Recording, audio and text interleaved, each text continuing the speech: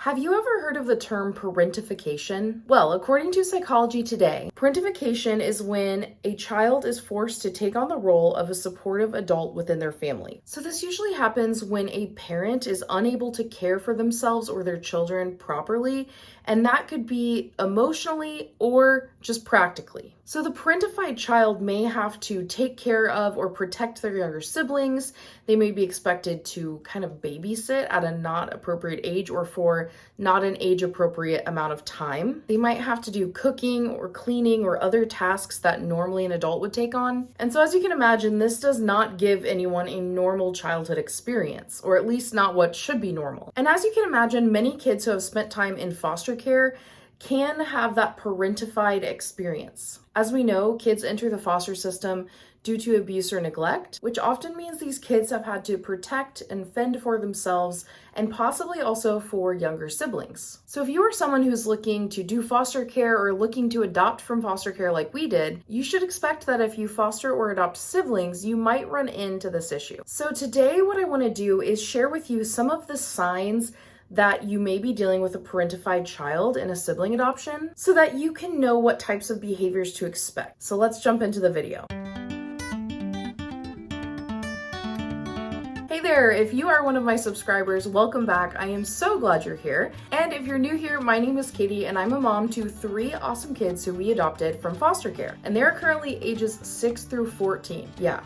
I know, I have a 14-year-old. It kind of blows my mind too. I want to take a quick moment before we jump into today's content to let you know about a really amazing opportunity, which is to join my new community, Adopt Together. I know firsthand how confusing and overwhelming and emotional the whole foster care adoption process can be. And that is why I created this group. There were so many times on my journey where I just felt really alone. And even though I knew a couple other adoptive moms, they were also busy and I was so busy that getting together in person was almost impossible. And when we did get together in person, it actually fed my soul more than I ever imagined it would, because it was so nice to have other people who really understood what I was going through. But what I really needed was I needed more of that. I needed that more consistently, not just like once every 6 months, because that's pretty much when it was happening. And so that is the heart behind the Adopt Together community. I want you to have a space where you can come and you can be surrounded digitally by other people who are walking through this same situation. It is a private Facebook community. So unlike some of the free Facebook groups you might be a part of, I'm looking for this to be a really consistently well-moderated, great space to be. This is a space where you can ask your questions whenever they pop into your mind. Also on this group, you will get access to monthly video trainings that are not a part of my YouTube channel. They are specifically designed trainings just for the group. Each month we choose a topic and I will go through and do an in-depth training. My favorite part of this group though has to be the fact that we are going to do a monthly group coaching call. So everyone in the group will get on a video call together and I'll be able to meet you guys face to face through screen, and we'll all get a chance to talk and share about what is going on in our adoption journeys, get answers to the questions we have, and really talk through the month's theme and how we can apply it to our real lives as adoptive parents. The group is officially opening next week, but I wanted to let you know that the waitlist is available now. And those who are on the wait list will have an opportunity to receive some really cool bonuses. So click the link in the description or in the pinned comment below, get your spot on the wait list. I promise you it takes like 30 seconds to sign up. And then when the doors open next week, you can be the first on the list. Now let's get into why you are really here, which is all about the parentified child. So when you adopt siblings from foster care, you will have an older sibling and a younger sibling, possibly more if you're someone who's adopting a sibling group of 3 or more, which I applaud you. I have 3 kids and I'm like, it's a lot. I can't imagine having 4 or 5. So our adoption was kind of out of birth order in some ways. We adopted our youngest, Brielle, first when she was 2. And then a year or so later, we welcomed in our older 2 kids who were actually biological siblings with one another, not with our youngest Brielle. So when they came to us, they had this really strong sibling bond. And at first it was very much like, wow, that's so sweet. They really care about each other. You could tell how much our older child really looked after and cared for the younger child. And there was something really sweet about it. But as time went on and we went through those day-to-day situations that arise with having kids and difficulties and, relationship struggles at times, we realized that that relationship between the two siblings was much less of a brother-sister bond and almost more like that of a parent and child, but a situation where the parent is extremely immature because they're a child. And that's when we began to really look into this concept of parentification. And I realized that our oldest child was exhibiting a lot of signs of parentification because of what she had been through in her experience, both in her biological home and in one of the foster homes that was not a good place. So what does parentification actually look like on a practical day-to-day level? Let me walk you through some of the things that we saw in our household and are huge indicators of a parentified child. So number one is that they're constantly trying to parent the younger child and tell them what to do. Now, I know what you're thinking. This happens in biological sibling relationships where no adoption is involved as well. I get it. I was the oldest of three. I was bossy, okay? I told my siblings what to do. I still do sometimes, but it's different with a parentified child. With a parentified child, it's not even out of a sense of, oh, I'm enjoying being bossy. It's out of a sense of obligation, like I need to do this to care for my sibling. So they'll always be telling that kid what to do and kind of monitoring them. And this can feed into some of the other behaviors you'll see in a parentified child. So one thing I noticed as well is, typically when a child gets hurt, they fall down, they scrape their knee.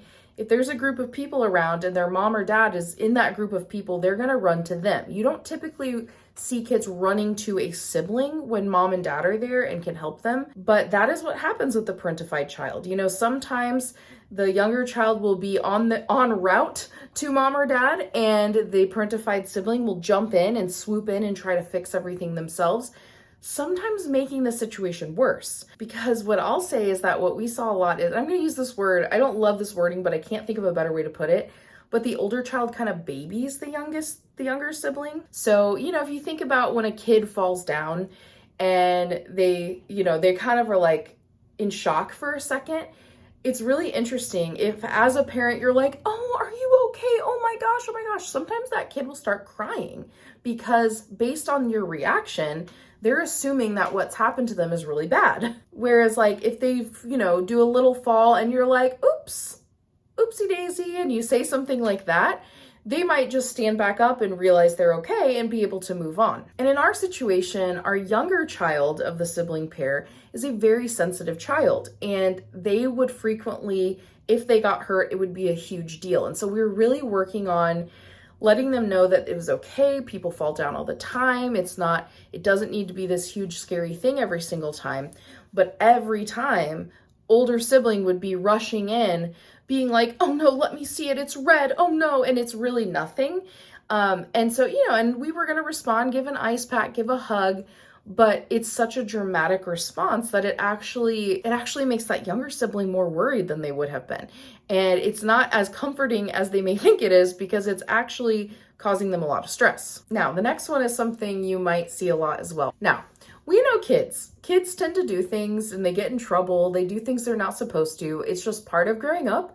It's part of developing, right? But we also know that when kids do things wrong, they lie on purpose, they hurt someone else, there has to be some sort of consequence. And what you'll notice is if you adopt siblings and you have that parentified older child, if the younger child does anything that gets them some sort of consequence, like let's say a 5-minute timeout sitting on the steps, Super Nanny style, if anyone's ever watched that, or if they're told they can't participate in a certain activity that day because of the choices they made, or anything like that. The older child can get extremely angry and protective and upset that that child is getting any sort of consequence. They will often think it's not fair, that the child is not being treated fairly.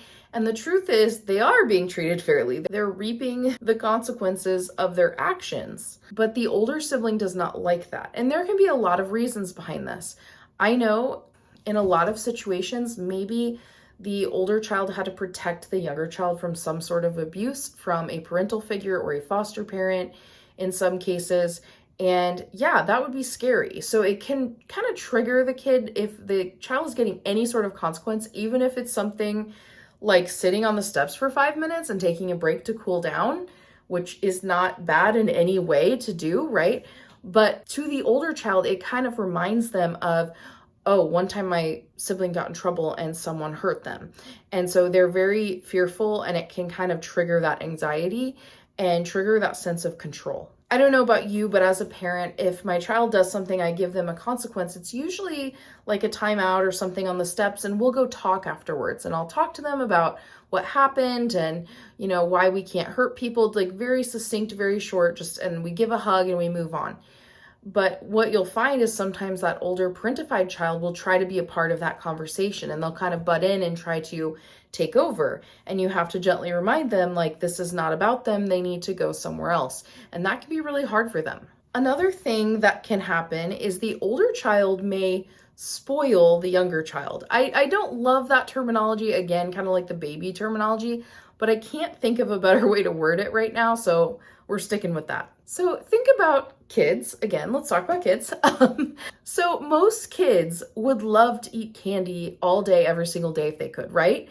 But that's why they have adults in their lives to tell them that's not good for you. You cannot do that. Here are some other healthy choices instead. And they might want every single toy they've ever seen in their lives. And you have to explain to them that we're not getting all of those things. And that's not fun for that child.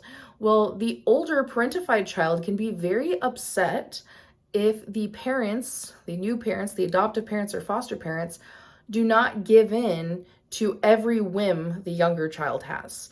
Because in their minds, that child is so innocent and they've worked to protect them and they love that child and they want to give them the world, which is so sweet and coming from a really good place. But it's not actually beneficial to that child to just get whatever they want whenever they want, right? And we would notice this both in when we didn't give things to the younger child or when the older sibling had something the younger child wanted. I'm going to think of a really practical example. One time we went to an arcade with our kids and we gave them all the same amount of coins that they could use to play, or I think it was like a card at that point. I'm thinking 90s coins. Like we gave them a little loaded card and they all had the same amount of money on it. And we would explain to them, hey, if you play this game, you can get tickets to get a prize, but if you do this little ride, you're not going to get tickets. So that's your choice, but just know you probably won't get a prize if you choose those things. And our older child, being an older child, this is typical, they chose the things that would get them the most tickets possible because they wanted to get a prize.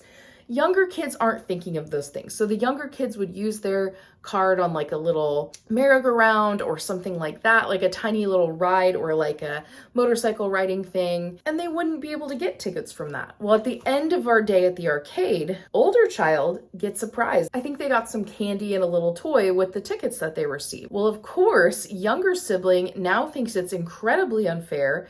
Why don't they have a little toy? Why don't they get a little piece of candy?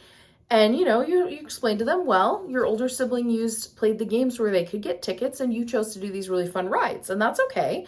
Maybe next time you can do those games and you can get tickets as well.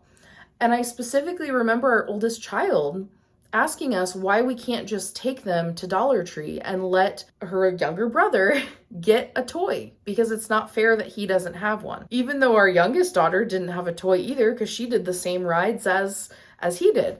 And so it was just really interesting to see that. And what happened is I could tell that our oldest really didn't want to give her stuff to her brother, but he kept whining and pouting. And so she gave it to him. And we saw this happen over and over and over again. Like if she would get something from school, from her class that he didn't get and he wanted it, she'd be all excited about it. He would pout and whine, and she would begrudgingly oftentimes give it to him because she almost felt like she had to. She felt like she had to be that sacrificial parent giving whatever she had to this kid who wants it. And eventually we had to kind of shut that down and be like, that's not actually helpful for him. That's actually teaching him that if he whines and is rude, he can get whatever he wants. And that's not helpful for him or for you. It's not fair for you that you're giving away all of your things. And so that is like a real life situation we saw a lot. And lastly, I will say, like, if you already have a biological child in your home or multiple biological children or another adopted child, and you're bringing in a sibling group, the oldest sibling in that group, if they're parentified or not, may feel very, very protective of their biological sibling against the rest of the kids in the family. It can very much turn into an us versus them mentality, like we're family and they're a family, and I need to protect you from them, even if they're not really doing anything or the kids are younger and they're not going to be harmful to the child at all. There can definitely be a bit of that mentality where you might not see that as much in the younger child. They might not feel that way,